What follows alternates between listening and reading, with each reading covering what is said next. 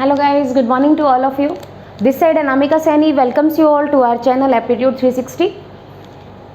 In the lecture series of operating system, we have done batch operating system in our last lecture. Okay, so in batch operating system there is a problem, and that problem is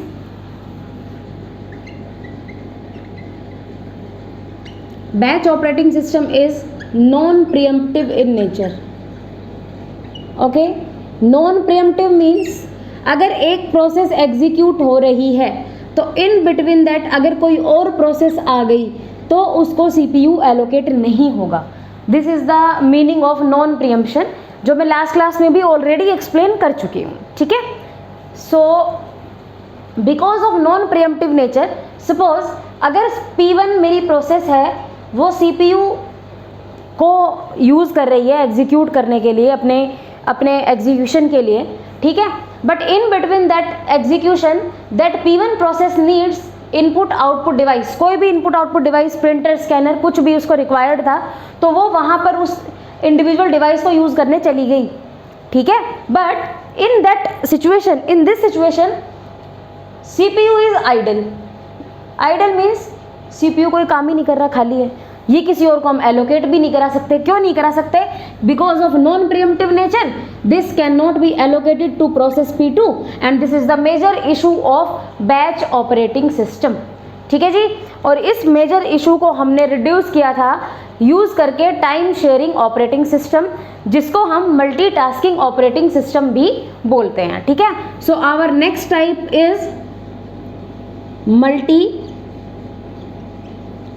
tasking और time sharing operating system.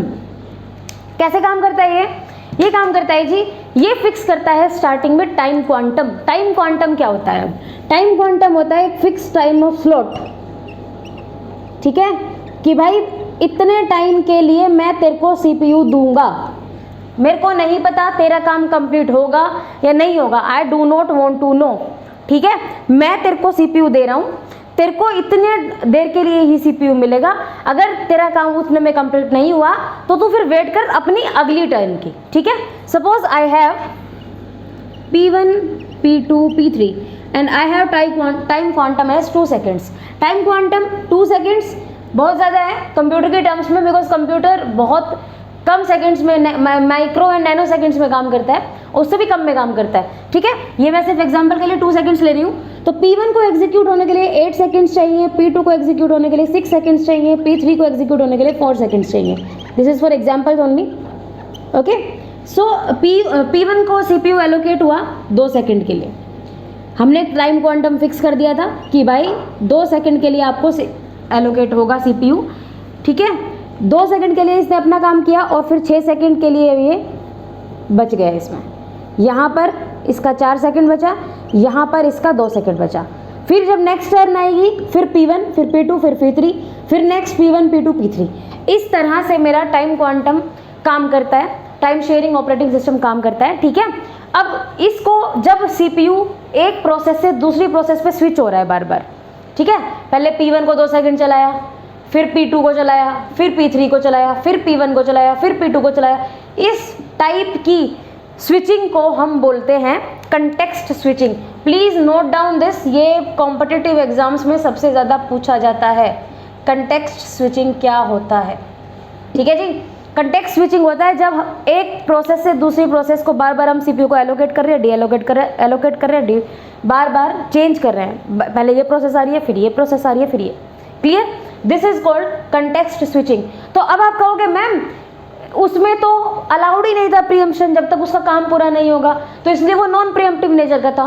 तो क्या ये non preemptive है? No, this is of preemptive nature. Preemptive means आप उस individual process को, चाहे वो कंप्लीट हुई है या नहीं हुई, आपका उससे कोई लेना देना नहीं है. आप 2 सेकंड के बाद उससे CPU ले लोगे. ठीक है, and that's why it is of preemptive nature.